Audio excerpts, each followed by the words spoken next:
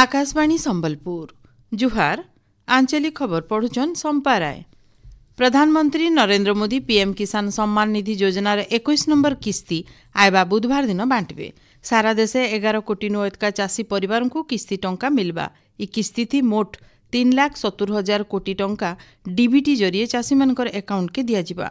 PM किसान सम्मान निधि योजना थी योग्य चाषी परिवार के फी बछर 3टा किस्ती थी 6,000 टंका दिया जाउछि। इ योजना पुरथिर सबुनु बड़ डीबीटी व्यवस्था है।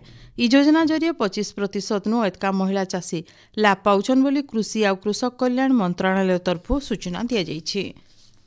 राज्यस्तरीय जनजातीय गौरव दिवस अवसर 2 दिनिया राउरकेला गस्त थी आसीथिबार मुख्यमंत्री मोहन चरण माझी गलाकाल सिविल टाउनशिप न साधारण लोकर अभियोग सुनिछन।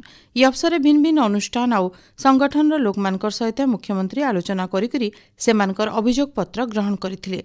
मुख्यमंत्रींकर सहित केंद्र आदिवासी व्यापार मंत्री जुएल ओराम, उपबाचस्पति भवानी शंकर भोई प्रमुख उपस्थित थिले।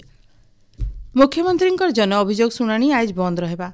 साधारण प्रशासन और साधारण अभियोग विभाग तरफु दिया जाइथिबार सूचना अनुसार मुख्यमंत्री मोहन चरण माझींकर अलगा जरूरी काम थिबारनु शुणाणी के बंद रखा जाइछि। आयबा शुणाणी तारीख गणमाध्यम जरिए लोकକୁ जनै दिया जिबा बोली विभाग तरफु कहा जाइछि। भुवनेश्वर लोकसेवा भवन सम्मिलनी कक्षन आज राज्य समवाय नीति 2025 चूड़ांत प्रक्रिया बाबद आलोचना चक्र और मतामत ग्रहण करा जिबा। समवाय हस्ततंत्र बयन शिल्प और हस्तशिल्प मंत्री प्रदीप बड़ सामंत कार्यक्रम थी मुख्य अतिथि भाव जोग देवार सहित राज्यर विशिष्ट समवायविद समवाय कर्मकर्ता शिक्षाविद वरिष्ठ अधिकारी माने आलोचना थी भाग नेबे। चिठा समवाय नीति 2025 बाबदे इथि मतामत ग्रहण करा जिबा बोली समवाय विभाग तरफु सूचना मिली छे। राज्य आयबा दिने समवाय व्यवस्था के ऐतका बरकस करा जिबार लगी सबु जिला न जिला केंद्रीय समवाय बैंक डीसीसीबी खुला जिबा। राज्य इहादे खाली 15टा जिला न इ बैंक रही सेंता 2030 तक सबु पंचायत न पैक्स आउ लैम्प्स रहबा। जेन पंचायत न केन्सीभिल तृणमूल स्तरीय समवाय अनुष्ठान नाइन से इटा गठन करा जिबा। इ बाबदे खूब जल्दी समवाय नीति आयबा। जातीय समवाय नीति 2025 ढांचा थी इटा के प्रस्तुत करा जिबा। सेंता आयबा दिने समवाय संस्था मान के डिजिटाइजेशन के भी गुरुत्व दिया जिबा और समवाय संस्था मान के रुपे किसान क्रेडिट कार्ड भी लागू करा जिबा।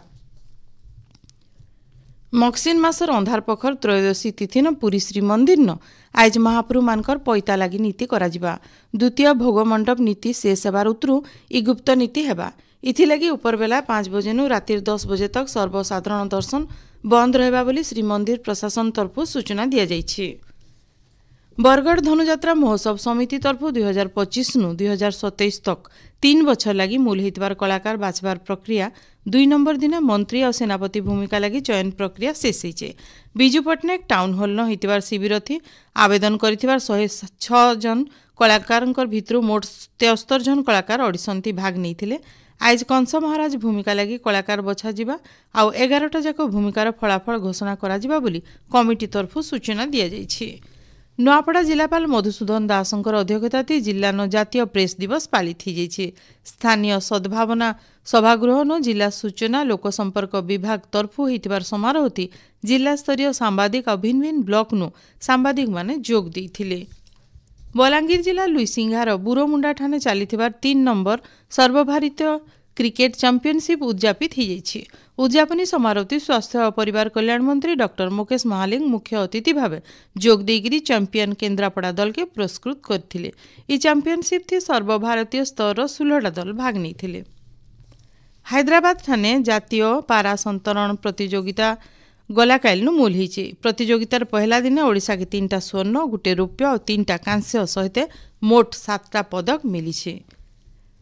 पाणीपाग विभाग सूचना अनुसार राज्यर भित्रिया पश्चिम और दक्षिण इलाका न शीतर प्रभाव लगी रही। आयबा 24 घंटा भितर सुंदरगढ़ झारसुगुड़ा सहित राज्यर 6टा जिला के जबर शीत लगी सतर्क सूचना जारी करा जाइछे। राज्यर 10टा जगह न रातिर तापमात्रा 12 डिग्री तले रेकर्ड करा जाइछे। एचनिर आंचलिक खबर इन शेष है। आराबेलर आंचलिक खबर सुनी पारबे राति 7:02 थी। जुहार।